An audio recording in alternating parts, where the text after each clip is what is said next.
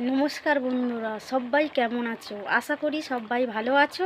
আমিও ভালো আছি। আবার আজকের একটা নতুন ভিডিও নিয়ে চলে এসেছি। আজকে কি রান্না করব আপনাদের একটু দেখায়। বন্ধুরা, ডিম আলুটা সিদ্ধ বসিয়ে দিয়েছি উনানে, আর বেগুন ভেন্ডি আলু দিয়ে আর এই মাছের তেল দিয়ে আজকে দারুণ একটা সবজির তরকারি বানাবো। সব কিছু আমি মশলা করে নিয়ে এসেছি। আজকের বেশি কিছু আর রান্না করছি না। ডিমের তরকারি আর মাছের তেল দিয়ে আমি বেগুন ভেন্ডি দিয়ে একটা সবজি বানাবো। এই ছিল আজকে রান্না। ভিডিওটা প্রথম থেকে শেষ অবধি দেখার অনুরোধ করলাম। ডিমটা আমি কড়ার মধ্যে দিয়ে দিয়েছি। ডিমটা আবার ভাজতে, এবার একটু ডিমগুলো নেড়ে নেব। আমার ডিম ভাজা হয়ে গেছে। এবার আমি ডিমগুলো তুলে নেব। নিয়ে এবার আমি তরকারিটা বসিয়ে দেব। তরকারির জন্য তেল দিলাম, কড়ার মধ্যে তেলটা দিয়ে দিলাম। এবার আমি পেঁয়াজ দেব।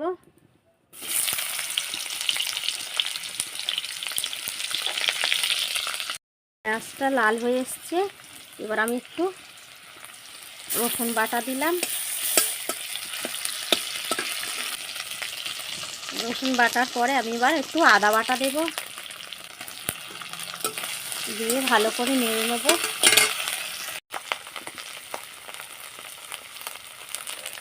লঙ্কা গুঁড়ো,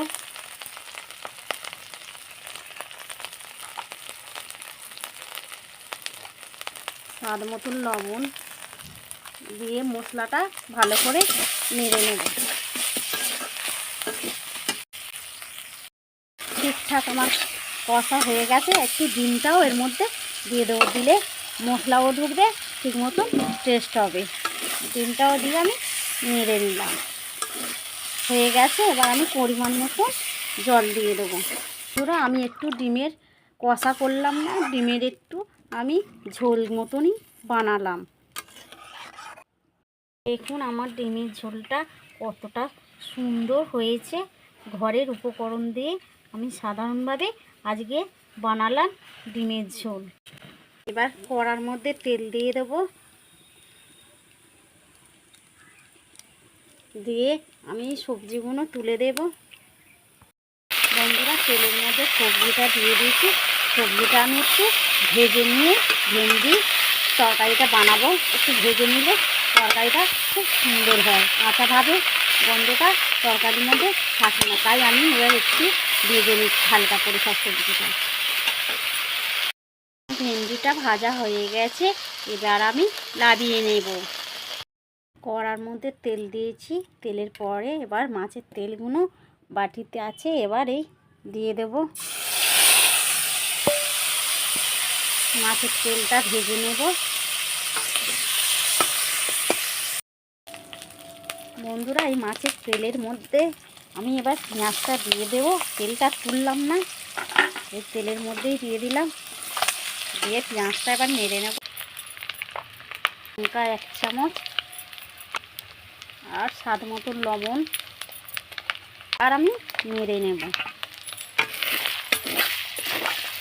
দেখুন বন্ধুরা, কতটা তেল উঠেছে। এই আর আলাদাভাবে আর তেল দিতেই হয়নি। এবার আমি সবজিটা তুলে দেব। সবজিটা আমি দিয়ে দিয়েছি। এবার আমি নেড়ে নেব। বন্ধুরা, ঠিক মতন কষা হয়ে গেছে। এতে একটু পরিমাণ মতো জল দিলাম, যেহেতু ভাজা অল্প জলটা দিলাম। ভেন্ডির তরকারিটা হয়ে গেছে। এবার নামিয়ে। দেখুন বন্ধুরা, আমার ডিমের তরকারিটা কত সুন্দর হয়েছে। মাছের তেল দিয়েও ভেন্ডিটা দেখুন খুব সুন্দর হয়েছে। আপনারাও বাড়িতে মাছের তেল থাকলে এইভাবে ভেন্ডি বেগুন বানাতে পারেন।